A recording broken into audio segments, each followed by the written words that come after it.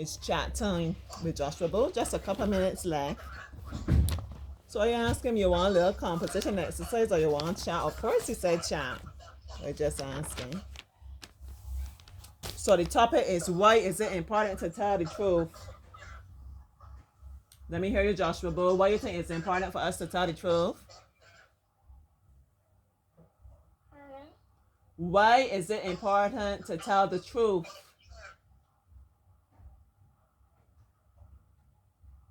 Because you don't know when somebody don't believe you. Yeah.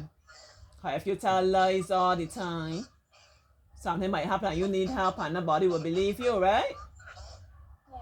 Yeah. So it's important to tell the truth. Sometimes you need to tell the truth. Like, suppose I was going down the road and I said, Josh, do you think that is a good idea? You think it's safe for me to go to this place in the nighttime? And you know it's not a safe place, but maybe you want to hurt my feelings or you just want me to go enjoy myself. And you will say, just go and have fun. Nothing's going to happen to you. And then they go and like somebody rob me or something happen. Then you will feel bad or you will be saying, you know, if I had only tell Auntie the truth, if I had only warned her, if I had been truthful, you know, that would not have happened. That could have been avoided. Or suppose you are even at school and teacher said, Joshua, did you understand the lesson? You understand everything? And you didn't understand it, or maybe some parts you understood. Some parts give you a little trouble, you know, but you feel a bit embarrassed, or so you don't want to tell teacher. You just say, yeah, teacher, I understand. And then when it's time for the test now, you think you will get the work done well, Joshua, if you don't understand that? No. No. So you gotta be honest and let teacher know that's what teacher is there for. Right? If you don't want speaker in class, there's nothing wrong with speaking in class. But if you figure don't want speaker in class, you could go and talk to teacher like after the class. Excuse me, teacher. Can you show me this? Can you explain this part? I don't quite have it all together yet. Can you please help me? And teacher should be willing to help you. Was another thing that might happen and we need to tell the truth, Joshua?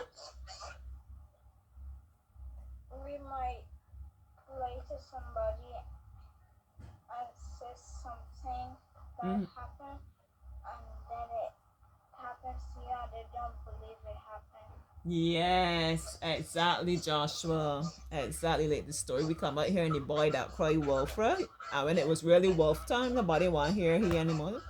Just he trying to fool me again. They didn't believe him. Let me see. Suppose it might be a case like you hurt yourself or you not feeling well or like somebody picking on you at school or something like that. These are different things. I'm talking to my young people now. These are things where we need to tell the truth. Then mommy and daddy or somebody that can help you know what's going on. Right? You don't pretend, yeah, everything's alright, I good and thing when you know that there's a problem. No. You need to speak up and let people know what's going on. Right? Suppose now, let me see, you found some money somewhere, somebody dropped some money or something like that. You pick it up and it's not yours, right? And then you go to school or you go home or something and mommy asking you where you get that from. What do you think you should do, Joshua? Tell the truth. Tell the truth, right? You don't pretend and say, well, teacher give it to me to keep or somebody give it to me as a gift. No, you know it's not yours. Tell the truth. See if mommy could get it returned to the owner or whatever, right? Yeah, you gotta practice telling the truth in small things. If you're not careful, you will end up telling a lot of lies when it comes to big things. And you're gonna have big problems. And you know something? When you practice yourself to tell lies, you work your brain very hard. Because you always got to try to remember what's the last thing you say. Right? You always have to try to remember all the time. But if you tell the truth, it's no problem. Right? Because each time you're just telling the truth. Any other things you could think about, Joshua? No. Can't think of anything else. Mm-hmm. Another topic now. You know about first aid? You know what first aid means, Joshua? Pardon? First aid. You ever heard about that? Yeah. First aid is just what you do, like, suppose somebody is not feeling well, how you would try your best to help them before a doctor or somebody could come, right? All right, let me give you an example. Suppose I fall down and I get a bruise, I have a cut. What's something you could do to help me? Get a first aid kit. Get a first aid kit. And what you would do to help me with the cut? Heal the cut. Heal it. You would try your best and clean it if you can, right?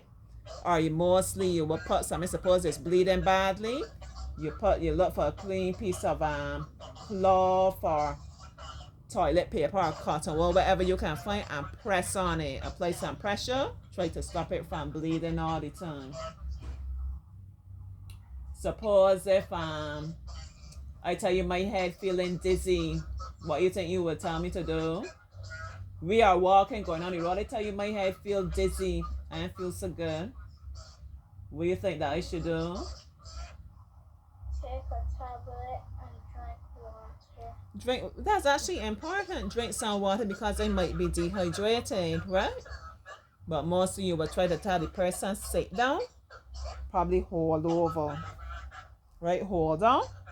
I think that will help like get the blood flowing to the head. You hold over if you're feeling dizzy. If I burn my hand with like some hot water, or I pour some cooking oil. You know the people with the cooking, they the top chefs, like auntie, so auntie and a top chef. You pour some cooking oil in the frying pan or something, splatter up and burn you. What's the first thing you think you should do? You get a little burn. Not a serious burn, but you get a little burn. What do you think you should do?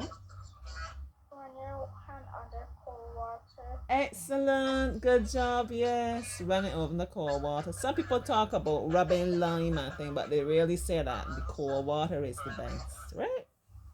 Good job. Joshua giving me some real good things, yeah. Some real good things he's giving Auntie. You can think of anything. Let me see. We say falling down. We see if you feel dizzy.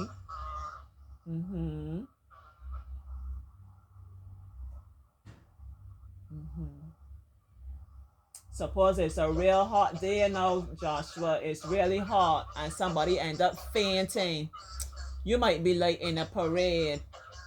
Could be cadets, Cub Scouts, something like that. You on the parade square. You feel so hot standing up on the time and you faint. What you would do to help the body that faint? Carry them to a chair. Try and help them. And give them water and call the ambulance. That is very good, Joshua. Joshua's doing great, yeah. You will try your best to cool them down. Remember what Auntie just said, it's a very hot day. They be on parade. It taking forever, because you know how if somebody got to come and inspect this parade, somebody making some kind of speech, and they're hot, and this lot of, the uniforms is be like up under your neck, and it's heavy. Man, you're hot. So you try to cool down. If you have anything that you can loosen up the clothing, you would do that. If you could take something like wet cloth or something, put on the person, help to keep them cool, or put an umbrella over them. Or